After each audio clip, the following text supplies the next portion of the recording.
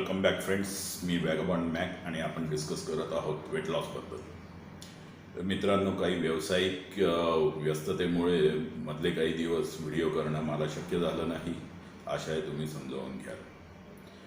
My experiments of weight लॉसच्या मागच्या काही व्हिडिओमध्ये आपण डिस्कस करत होतो ते म्हणजे डाएटबद्दल. मित्रांनो, वेट लॉसमध्ये डाएट जेवढं इम्पॉर्टंट आहे तेवढंच इम्पॉर्टंट आहे ते म्हणजे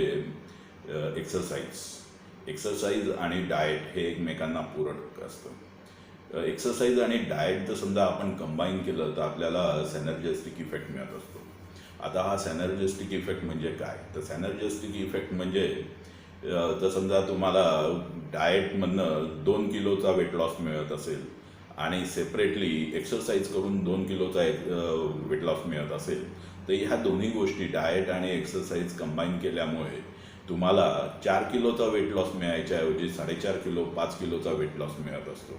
यालाच म्हणतात सॅनर्जेस्टिक इफेक्ट. याचाच थोडक्यामध्ये अर्थ म्हणजे 2 और 2 5. ठीक आहे. आता वेट लॉसमध्ये एक्सरसाइज तुम्हाला मदत कशी करतं? तर एक्सरसाइजमध्ये वेट लॉस मदत करतं तुम्हाला. सगळ्यात पहिला त्याचा रोल येतो तो कॅलरी डेफिसिटमध्ये. डाएटमध्ये जो तुम्ही कॅलरी डेफिसिटचा गोल जर समजा एक 500 कॅलरीचा दिवसाला केलेला असेल तर दिवसाला 500 कॅलरी तुम्ही फक्त डाएटमधून जर समजा डेफिसिट करायला लागले तर तुमच्या शरीरामध्ये कमजोरी येते, विकनेस येतो आणि तुमचा मेटाबॉलिक रेटसुद्धा कमी होत असतो आणि हे शरीराला निश्चितच अपायकारक आहे. त्याच्याऐवजी जर समजा तुम्ही डाएटमधनं एक 300 कॅलरीचा जर समजा वेट लॉस केला आणि 200 कॅलरीज तुम्ही एक्सरसाइज करून बर्न केल्या तर तुमच्या शरीरामध्ये कमजोरी येण्याचे चान्सेस कमी असतात, तुमचा मेटाबॉलिक रेट कमी होण्याचे चान्सेस कमी असतात आणि तुमचं ओव्हरऑल जी बॉडी हेल्थ आहे ती इंटॅक्ट राहते. दुसरा फायदा आहे तो म्हणजे तुमचा स्टॅमिना वाढत असतो.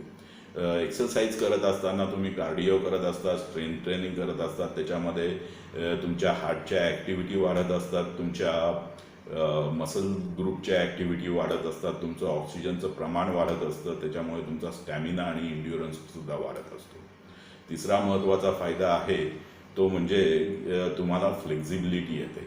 तुम्ही मसल ग्रुप टोन करत असतात, मसलमध्ये मसलच्या आसपास असलेलं जे फॅट आहे, शरीरातलं फॅट आहे, फॅट तुमचं डिझॉल्व होत असतं आणि ह्यामुळे तुमच्या शरीरामध्ये एक फ्लेक्झिबिलिटी असते, चपळता मिळत असते आणि त्याच्यामुळे ज्या गोष्टी करायला तुम्हाला अवघड जात असतं त्या गोष्टी तुम्ही इझिली करू शकता.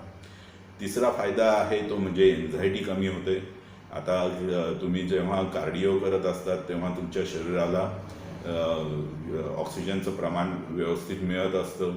परत तुम्ही एक्सरसाइज करतात, त्या एक्सरसाइजमधनं तुम्हाला मेंटल हेल्थ जी आहे तुमची फिजिकल आणि मेंटल हे सॅटिस्फॅक्शन मिळत असतं आणि या सॅटिस्फॅक्शनमुळे तुमची एन्झायटी लेवल जी आहे ती एन्झायटी लेवल ही कमी होत असते. पाचवा फायदा आहे तो म्हणजे तुम्ही कार्डिओ करत असतात तेव्हा तुमच्या हार्टचे जे ॲक्टिव्हिटी आहे ही हार्टची ॲक्टिव्हिटी वाढत असते आणि त्याच्यामुळे तुमच्या हार्टचं फंक्शनिंग जे आहे ते फंक्शनिंग इम्प्रूव्ह होत असतं.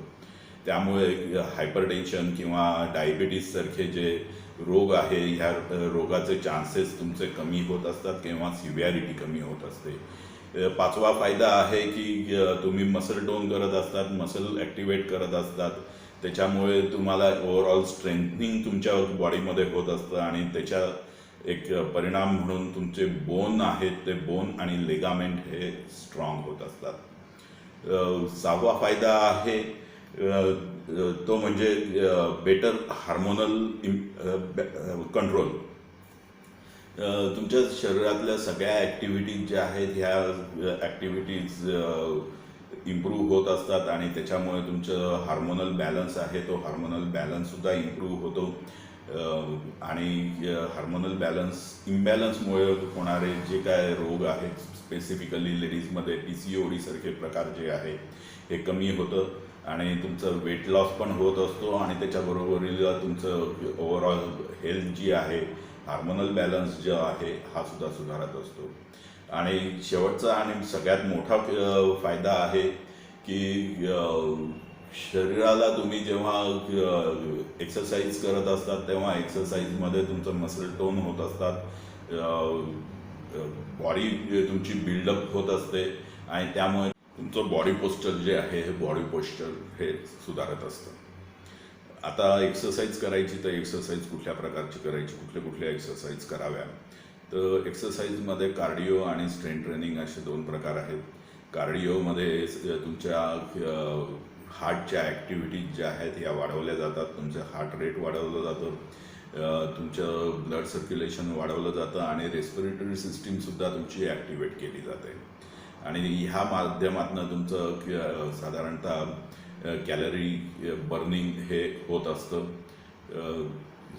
आता कार्डिओमध्ये कुठले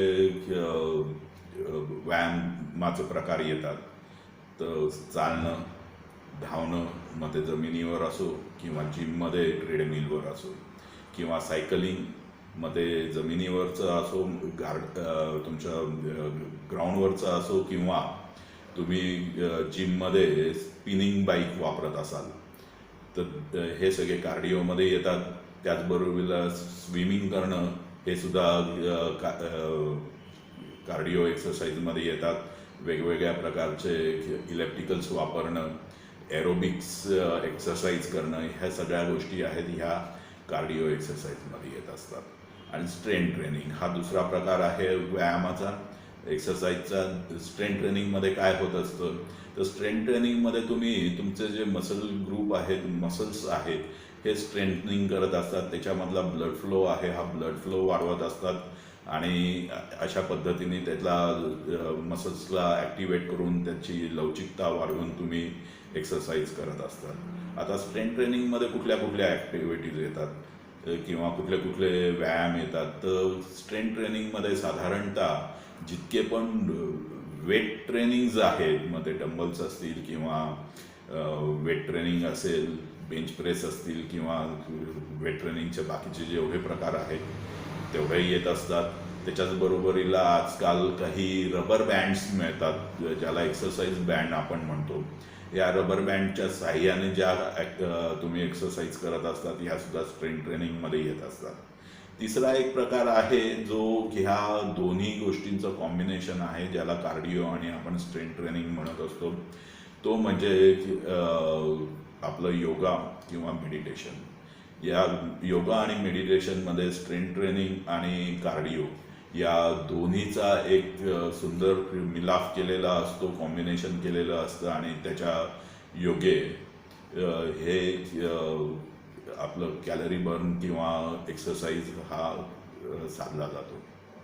आता कार्डिओ एक्सरसाइज आणि स्ट्रेंथ ट्रेनिंग याच्यामधला मूळ फरक काय किंवा महत्त्वाचा फरक काय, की कार्डिओ करावं का स्ट्रेंथ ट्रेनिंग करावं, तर त्याच्यातला फरक असा आहे की जेव्हा तुम्ही कार्डिओ करत असतात तर जितका वेळ तुम्ही कार्डिओ करत असतात तोपर्यंत तुमच्या हृदयाची ॲक्टिव्हिटी वाढवली जाते, तुमचे हार्ट रेट वाढवलं जातं, तुमचं कॅलरी बर्न सुरू असतं. आणि जेव्हा तुम्ही व्यायाम करणं थांबवतात, त्याच्यानंतर एक्सरसाइज करणं थांबवतात, त्याच्यानंतर तुमचं कॅलरी बर्न हा हळूहळू कमी होत जातो आणि नंतर बंद होतो. म्हणजे जितका वेळ तुम्ही कार्डिओ करत आहात तितक्याच पिरियडपर्यंत तुमचा हा कॅलरी बर्न होत असतो. ह्याच्या उलट स्ट्रेंथ ट्रेनिंगमध्ये काय होतं की जेव्हा तुम्ही एक्सरसाइज करत असतात, वेटलिफ्टिंग करत असतात, स्ट्रेंथ ट्रेनिंग करत असतात, तोपर्यंत तर तुमचा कॅलरी बर्न होतच असतो. त्याशिवाय जेव्हा तुम्ही वेटलिफ्टिंग करतात किंवा स्ट्रेंथ ट्रेनिंग करतात त्यावेळेस तुमच्या मसल्समध्ये मायक्रो टियर्स येत असतात. म्हणजे मसल तुमचे अगदी सूक्ष्मरित्या डॅमेज होत असतात आणि त्याच्यानंतर तुमची बॉडी हे मसल्स रिपेअर करण्यामध्ये तुमची कॅलरी खर्च करते आणि हे ॲक्टिव्हिटी साधारणतः उरलेला पूर्ण दिवस चालू असते. त्यामुळे जर समजा तुम्ही स्ट्रेंथ ट्रेनिंग करत असाल तर स्ट्रेंथ ट्रेनिंगचा फायदा तुम्हाला पूर्ण दिवसभर मिळत असतो.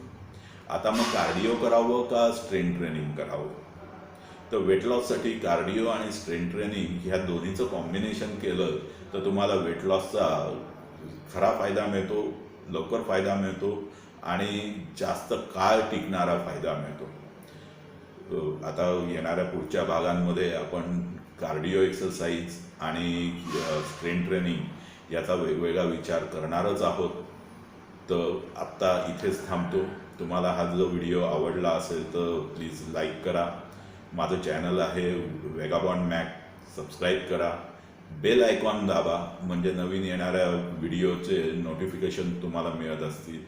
आणि जर समजा तुम्हाला हा व्हिडिओ आवडला असेल, ही ॲक्टिव्हिटी आवडत असेल माझी, तर तुमच्या मित्रांपर्यंत डेफिनेटली पोचवा. Thank you. Till then, goodbye and take care. Thanks.